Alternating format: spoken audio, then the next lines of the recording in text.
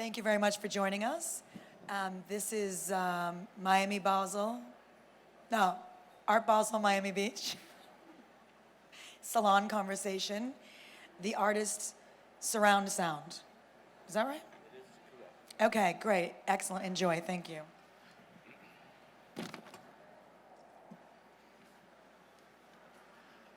Well, you're all here, all the big fans, but we're delighted to see you. Welcome. Thank you for the claps. Yes. Now, I'm David Gryn. I'm the curator of film and sound for Art Basel Miami Beach. And I'm going to introduce the artists first. I'm then going to talk a little bit about the surround sound project and how I came to it. And then I'm going to ask them all a question, and they're going to talk about their piece that's in the surround sound project this year. So first we've got Mariele Neudecker, then Alice Jacobs, Sofie Alsbo, and Camille Norment, sorry. Okay, my brain's going to cut in now. Okay, so let me set the scene for you. I've been working with Art Basel for now 5 years to try and encourage galleries and their artists to show artist moving image. I work with the New World Symphony Centre in Soundscape Park, and we project on the wall, and it's got just a brilliant sound system. And over 5 years, I guess I've been selecting works that marry artist moving image with sound. And it's become something that I've often connected, artist moving image and sound. Just a little quote I wanted to read you, what sort of has led my thinking, comes from Bill Viola in response to questions from Jörg Zutter in an exhibition catalogue from 1992. Sound has many unique qualities compared to an image. It goes around corners, through walls, is sent simultaneously 360 degrees around the observer, and even penetrates the body. Regardless of your attitudes towards the music, you cannot deny the thumping and physical vibration in your chest cavity at a rock concert. It is a response beyond taste. Now, there's something about that that's sort of driven my thinking around artist sound, artist moving image, and I'm often driven by the sound that's doing more to you than just the visual work in front of you. Around about 3 years ago, I was walking through Soundscape Park, and I overheard the rehearsal for a Steve Reich concert in the park. And it was phenomenal. It's on this surround sound system that's got 160 speakers. I stood in the middle of the park. There was no one else around. They were doing this rehearsal. It was hot, and I just suddenly felt like I was in the middle of the orchestra. And it was this moment where I suddenly thought, we've got artists who work with sound who aren't being shown at art fairs, because as you can hear, there's a noise going around, but it's not necessarily artist works. They don't particularly work very well in an art fair. Artist moving image doesn't work particularly well in art fair because people don't stop to look at it. But in Soundscape Park, the audience is used to hearing sound connected to the New World Symphony, and it felt that I wanted to try and find a way we could work with artist moving image, artist sound, sorry. And I posed the question to my colleagues at the art fair, could we work with sound? No, we don't have a sector called sound. So that's already a start point. I thought I'm going to battle them on. So the first year, 3 years ago, I asked a colleague of mine called Max Reinhardt, who is renowned for his work with BBC Radio 3's Late Junction, and he's worked tirelessly to promote world music.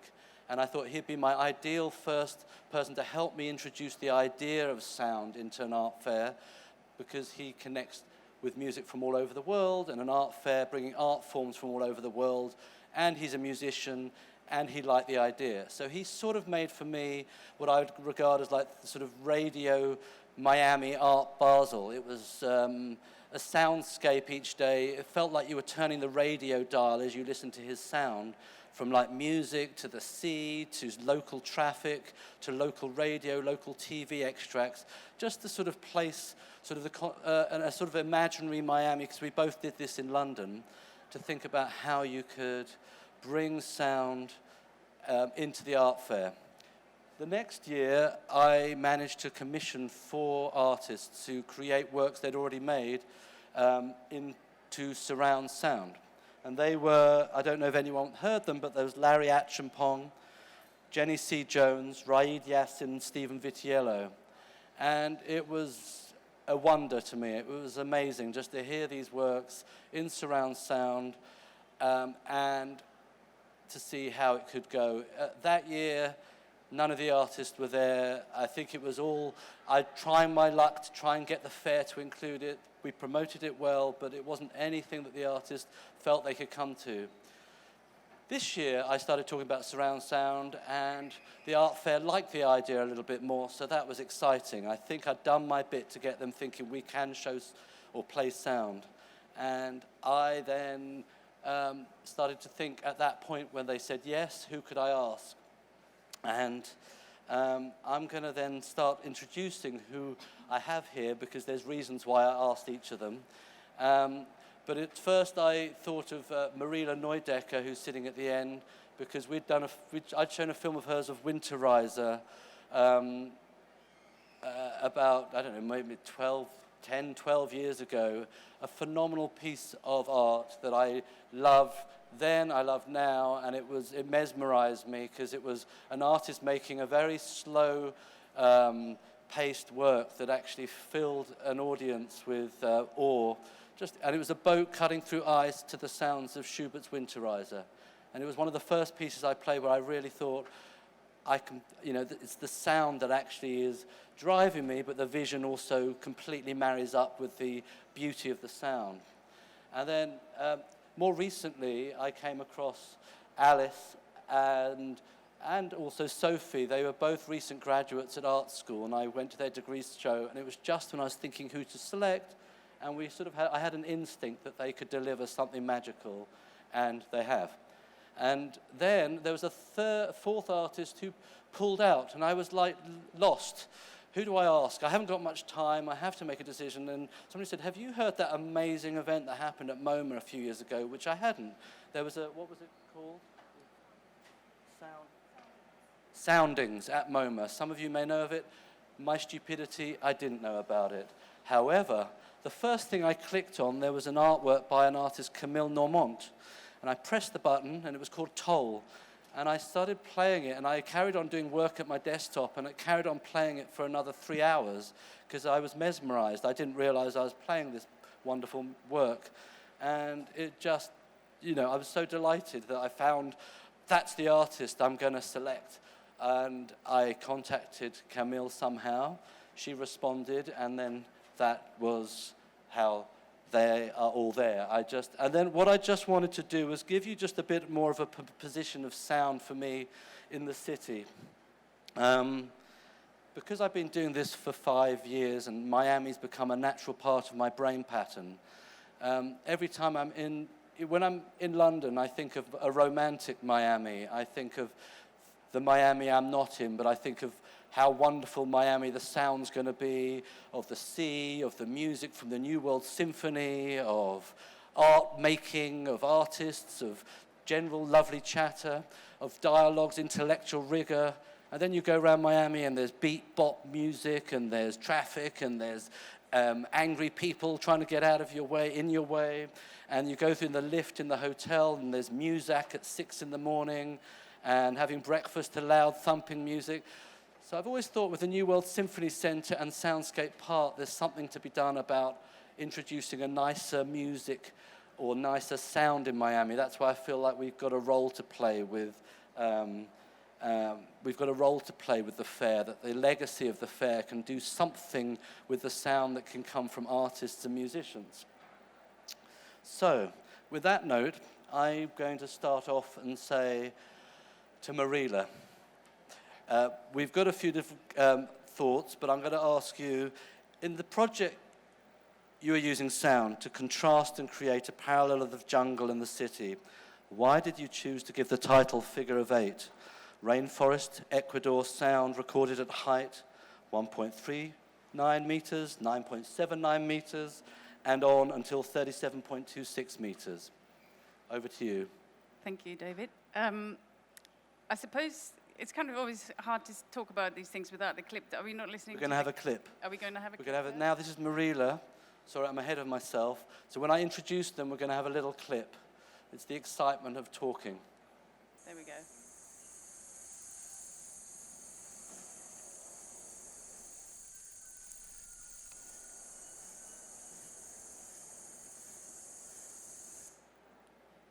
Oh, sorry, was that it? Yep. Basically, that was just a tiny snippet of a fairly long 16-minute sequence that I've stitched together from recordings that were taken at all those different heights. Figure of 8 is, basically I've titled it that way because it kind of implied a sort of eternal, ongoing, never-ending, continuous sound. And the microphone that was used to record those sounds in Ecuador, in the rainforest at that particular height, was obviously something that you could never switch off, really. And I felt it just seemed to be a direct link to the project as I kind of had it developed. So basically, there was film and sound recorded in Ecuador in one of the most biodiverse bits of rainforest in Tiputini Station, which is a research station of the Quito University. And my project, the sort of background for the sound recordings was really embedded in a commission that I'm doing for a hospital in London, at Guy's Hospital, and they're building a new cancer center where I'm making these 3 films for the lifts, where there's a symmetry between the building and the height of the building and the image and sound going through a rainforest. So you have this sort of urban experience of going up in the lifts, seeing London through the window, and as you are on 27 meters, you will be on 27 meters of the jungle. Or if you're up at 40 meters, you'll be above the canopy by then. And obviously on the ground floor, you'll be sort of down in a fairly dark bit of the rainforest. So there was a lot of footage and sound recorded for this, where at those particular heights, there would be the lift stops. So I felt that might give a clue that those recordings are quite specific.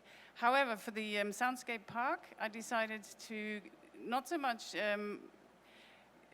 take you on that journey because it's difficult, with which I've learned as I went along through the sort of experience of editing the surround sound and editing the clips together, that it made more sense to go with the timeline, because there was lots of different daytimes in the recordings. So I went from 4 in the afternoon all the way to about 11 in the morning. So the experience of listening to the piece is very much sort of going in through dusk and coming back through dawn and out again. And it's incredible how the biodiversity of that rainforest was captured by the sound, but really not by the images. The video is very sparse of animals. There's obviously a lot of plants, but when I listened to the sound, I suddenly realized this is really taking you there. So I wanted to make something, when David approached me, that is very immersive and that sort of gives you a,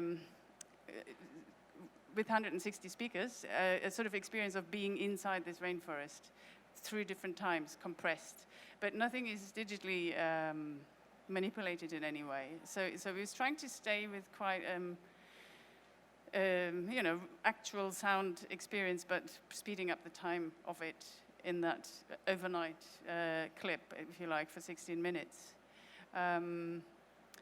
So in some sense, what was curious for me, the experience of hearing it in the park, to sort of know that in the back of my mind, I was making a visual parallel between going up through the city in those lifts, but with the sound, it was just amazing how you were sort of immersed in the rainforest and you could hear the traffic layered on top of it. So it was actually just doing this very similar thing in audio. So for me to come over and be in there and hear that was great, because that couldn't have been documented in any way, I don't think. Anyone here this week, the idea of having an equatorial rainforest, no one thought it was actually going to be, a soundscape park would feel like a rainforest this week. But it actually felt like true to life. There's the palm trees, there's the grass, and we're next to the art fair, but her piece really felt like you were in the post-rain jungle. But it was a marvelous piece, and anyone who heard it, it felt like it was made for that spot that night. And we don't really expect rain in Miami as much as we're having. Thank you, whoever provided the rain. But we're very happy to be here. Thank you. It's good clapping to the rain people. And actually, just one experience I've had in the park where I've played sound, there was a clash once with sound. It just made me think about... there was a film I was playing a few years ago by the artist Jumana Mana. And in the film, she's got this very wonderful Palestinian music that's playing. And it's a very poetic film she made called Blessed Oblivion. And at the same time it was playing, there was the synagogue on the corner of the other side of Soundscape Park was having an outdoor Hanukkah party. And there was this sort of Jewish Hanukkah music playing at the same time as the Palestinian music. And obviously with global things going on, it kind of made me think, I had a tension in me thinking, is there a problem with that sound? And then it made me feel really elated that it was actually the music was hitting off on each other. And again, before I heard the Steve Reich concert, it was the sort of idea that you have sound clashing so much in this particular environment, but that was such a sort of sound unifying and sound clashing, and it was very wonderful. And then it sort of made me think about, back to my relationship with sound. And I grew up, my father was a rabbi, and I grew up in a synagogue in the centre of London. And the thing that drove me back to synagogue as a child on a regular basis was actually not the religion and not maybe seeing my father there, but it was actually the sounds in the synagogue. And it became sort of the thing that I would keep going back, looking forward to hearing certain types of melodies, music. And there was an organist who's still there. He's been there, I think, almost as old. Well, I'm not going to tell you how old I am, but he's been there about 50 years. And he's called Christopher Bowes Broadbent. And he is a brilliant organist, one of the world leading organists. And he is someone who's worked very closely with the composer Arvo Pärt, and he's often premiered his organ music. And the organ and choir in the synagogue is often hidden. So it's again, like with Soundscape Park, you don't actually know where the sounds are coming from. It very much feels like the place of my belonging, of that place of my childhood, which I would go to and hear sounds that you can't see, but mesmerize and uplift you. And there was a connection, because we'll talk in a bit about it, but with Camille's work touches on Arvo Pärt, which I'll ask her a question about. But I would often go to synagogue and hear this music, because I was one of the only people who really understood who Arvo Pärt was in that building. And there was no Jewish connection. It was just he played this beautiful music. And that was that story. Now, Alice Jacobs created a piece, and none of you will have heard it yet if you've been in Soundscape Park, because it's playing tonight. So if you turn up between 6 and, let's say, 7:45 tonight, because the film program starts at 8, you'd hear Alice's work. Her work is the last of the 4 works that are being played, and you can hear it, and I'm sure you all will. We'd look forward to seeing you as long as the rain holds off. And you can all bring umbrellas, we'll let you.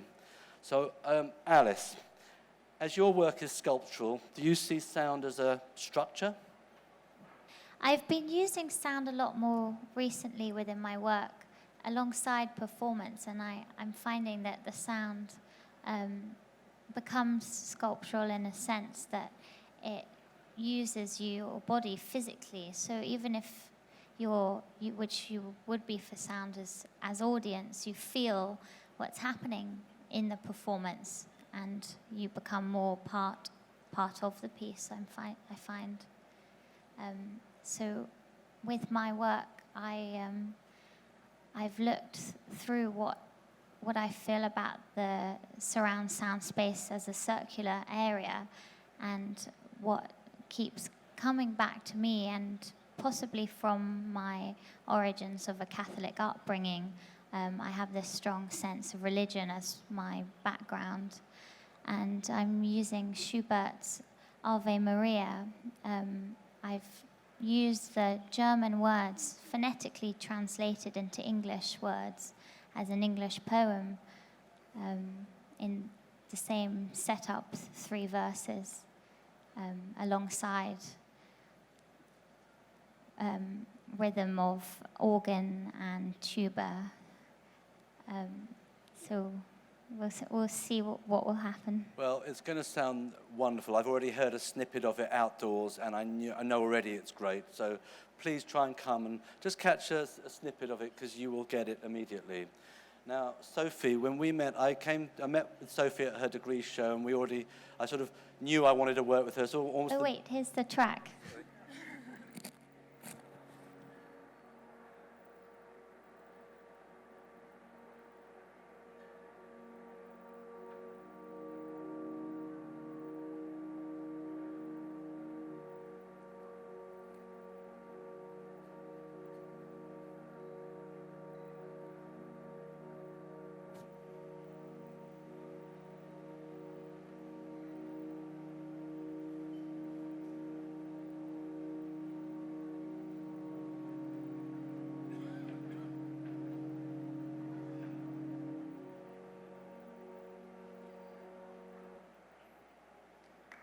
So just to explain, that that was the organ and the tuba, but later on comes in the verses.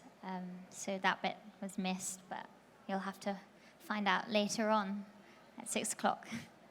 Thank you, Alice. Now, as I was saying, I get overexcited because you're all here and we're speaking. So, Sofie, when we met and we had a few coffees and we met a few times, back to when I worked with Max Reinhardt, it's sort of having a conversation in London about an imaginary Miami, about a place that I know now very well, but I was trying to convey to Sofie the space, and because I was slightly connecting with what I'd heard at her degree show and what ideas were coming out, I tried to picture to Sofie the space it's in a park with the sounds that go around it of traffic, of people, of the building, of the place where it is. So it's kind of interesting. How did you reflect on that with your work, and how did it manifest? Yeah, it was quite interesting to try and I made this work specific for this park, so kind of almost like creating a site-specific work for a place I haven't been, and so the process of kind of imagine this place and kind of reaching out became a very big part of the work itself. And as you go through the journey of the sound, so it is kind of a piece that is kind of in a way trying to reflect on the surroundings, the idea of surround sound as something that kind of is trying to create a space, but at the same time, sound is something that is feeding out, and you can't hold in or retain. And you have the cars, all the noise, the urban soundscape kind of joining in on the whole thing. So rather than kind of trying to separate it, I was trying to make them talk to each other in a way. And I think that was... Yeah, well, it's amazing of the way the kind of, sort of this motorbike sound or motor sound sort of travels around the square, and it kind of really makes you feel like you're going into kind of some real sensation. Yeah, I have the bit I have to play here. It is that bit where the cars are kind of spinning further, quite aggressively, kind of further around you, and then it kind of evaporate and kind of open up to... Can we play Sophie's work?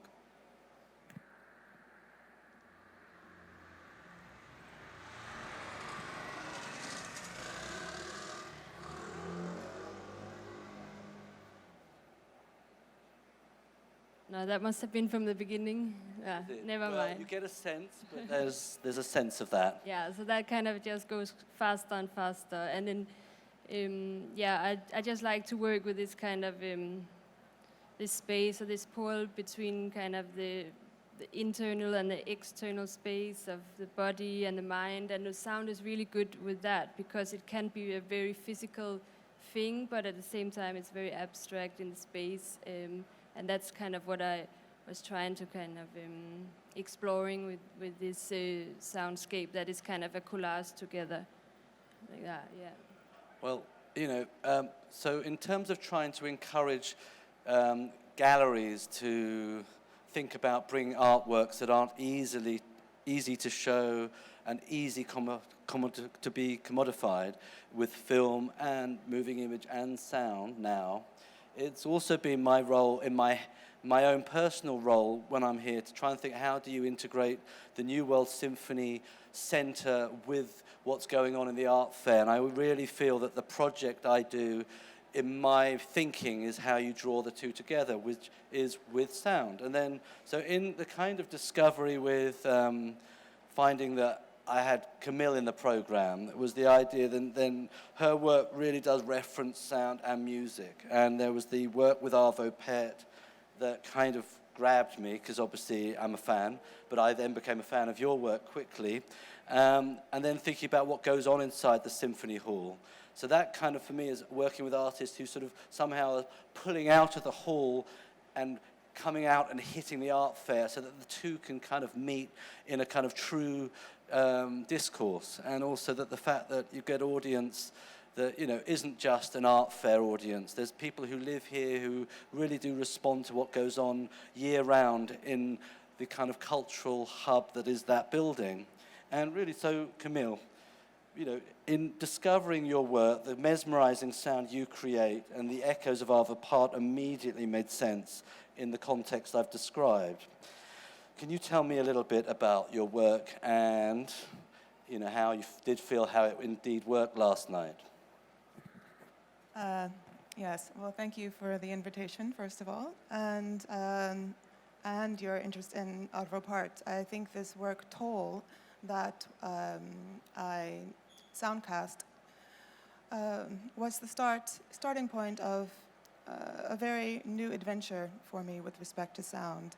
And my interest in sound and music falls within the framework of what I refer to as cultural psychoacoustics. And that is, I'm very interested in looking at sound and music as a way to investigate society, investigate experience. And through that, I like to mine bits of history, musical instruments, pieces of music, and relate it to what's happening today within contemporary experience. Now, the connection to Arvo Pärt is interesting. I used to listen to a work called Fratres a lot in the mid-90s. I listened to it alongside a lot of the ambient music, a lot of the early noise music that was slowly emerging out of both within the art context and the experimental music context. And for me, they were all speaking the same language. And I hadn't listened to this piece for many years, when suddenly iTunes played it for me on shuffle. And this was after about 15 years, I'd say. And but it was one of those moments when I heard the piece completely different for the first time. Suddenly there was a very different instrumentation. I heard Hardanger fiddle. I live in Norway, so that was a reference. The Hardanger fiddle is actually the Norwegian violin. It's a violin that has 4 strings on top, like a traditional violin, but also 4 to 6 strings just underneath those strings that vibrate in sympathy. They're called sympathetic strings. They vibrate in resonance to the strings that are stroked on top. Electric guitar was the second instrument. And thirdly, there was this high-pitched sound that I thought was the sound that you make when you rub your finger around a water glass. And in research, I found that there is an instrument called the glass harmonica. So these 3 instruments I brought together. What I found was quite interesting. Each of these instruments had been outlawed in one point of their histories because of the fear of the power of sound over the body. Now, this area is very interesting to me, and as I mentioned, my looking at sound and music as a way of exploring experience, of course the body is at the center of that experience. And so I'm very attracted to sound because it, as Alice mentioned, it does work through the body. It's something that we feel. So in this rehearing of Fratres, I thought, well, the only way I can hear it again is to recreate this. So I put an ensemble together. I play the glass harmonica now. And Toll was the first work that I arranged. And Toll is a rethinking, in a way, of Arvo Pärt's Fratres. Fratres means brotherhood. And I thought that was quite interesting because I don't know how many of you are familiar with Alvropart or this work in particular, but Fratres is a very beautiful work. And I know I use the word beauty, that's quite a difficult term for many still today, but I use it quite confidently. It is a work that is also very ordered. It has a very solid structure in its movement from harmony to dissonance and then back to harmony again. So in this work, Alvropart was really contemplating the human comedy in a way. And so in my rehearing of this work, I was also, I thought, contemplating contemporary experience, the human comedy, but from a way that I heard it. Electric guitar feedback has been a sound that I've been attracted to for a long time and worked with through several artworks. I referenced Jimi Hendrix, for example, because he said he wanted to make the sound of a body in pain when he was using his feedback. So simultaneously, he was creating the sound of ecstasy, well, for those of you who like a guitar, but also referencing the struggle of life, this angst in a way. And so I felt all of this was already at play in Fratres, but very caught in this struggle between control and sensibility. So in Toll, I just wanted to sort of fully embrace this sensibility again, just let it explode. And maybe we can hear the clip. If we can maybe let it play for about 30 seconds, that would be great. Thanks.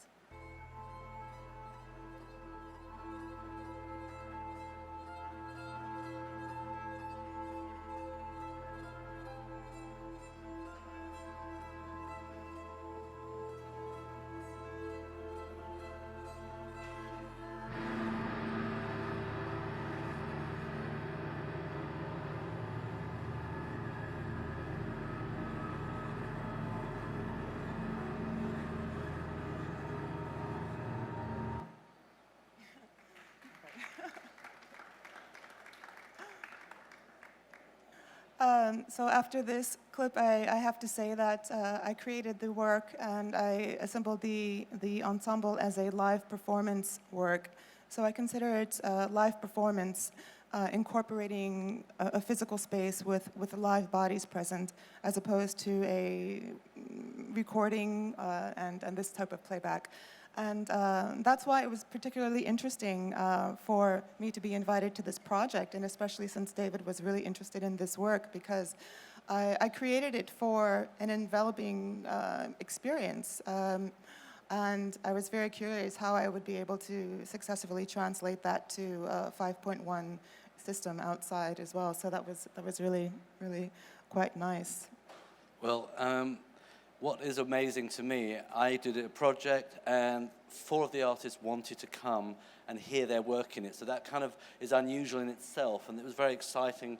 I don't always do projects and everyone wants to be there because of the system being so phenomenal. It really is a wonder to kind of actually know, and all of them knew how amazing that would be and the idea of it. So for all of you here is so fantastic for me, because it's sort of, I love having the artists at the art fair, being able to hear their work in a proper setting that really makes sense. I'm not drawing this to a close fully. I'm going to be asking you if there's any questions here. Anybody has questions, please?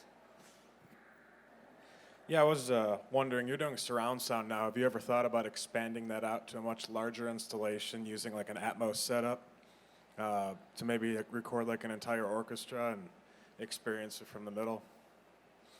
My dream is for there to be full collaboration between the New World Symphony and the project we're doing with me thinking about working with artists. And actually we did a talk the other day with 3 of us, because Camille hadn't arrived yet, at the New World Symphony, and with Dennis Scholl, who's a great advocate for projects in this city and been a big supporter of artists' work and a collector, and very instrumental in how Art Basel even happens to be here. And it's just, I think he's very keen, as am I, as are now the people there, how we can draw the 2 places together better. And, you know, it takes time. People have to start trusting that it's the right reasoning.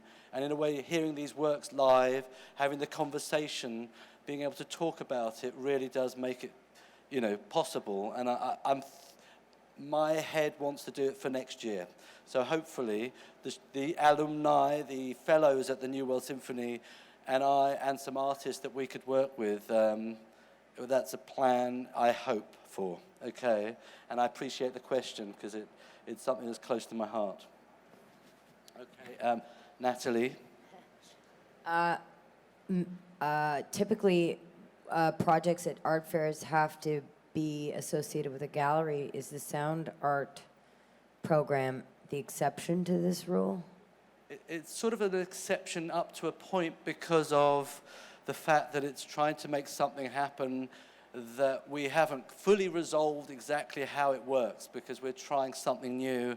But fortunately, Mariele Neudecker is represented by Barbara Thum Gallery in the fair. You'll have to visit her booth, as I've mentioned her now, and ask about Mariele's work and her other wonderful artists, who some I'm showing in the film program. So carry on, Natalie. I'm hoping maybe next year you can do another panel about sound and how it can enter the universe and how sound artists might think about surviving. Yeah, but you know, my logic with art forms that aren't necessarily commercial is that if you don't bring them to art fairs, they definitely will remain uncommercial. So the logic is start the conversation, start the playing of them, start doing things that even don't necessarily make sense within a kind of marketplace. But this fair understands, the people who work here understand about that you need to show art that doesn't necessarily sell. And that's something we work tirelessly to try and think about throughout the year. You know, there's often on the days of the art fair, there's the idea of that an art fair is just about sales. There's also a time where people look at art in this city for this week. So we're trying to find ways to do the best things possible within the parameters of what we've got. We have her track queued up if you want to hear it. Lovely.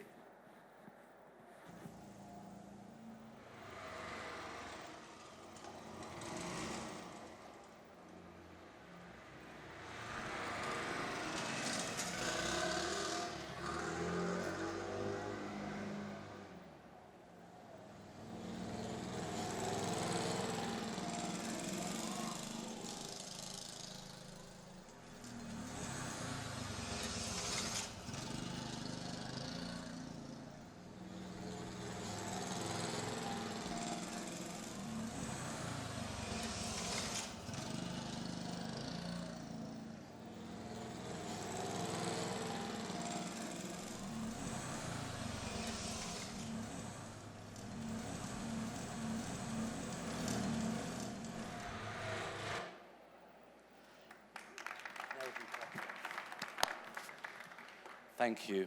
We're going to wrap this up. Any final questions? Chomping at the bits? No one? Well, I'm delighted you're all here. We're delighted you're all here. I'm delighted the 4 artists are here because that makes me really happy. Now, before I end, you have to pick one of these up. We've got one more evening of film at Soundscape Park.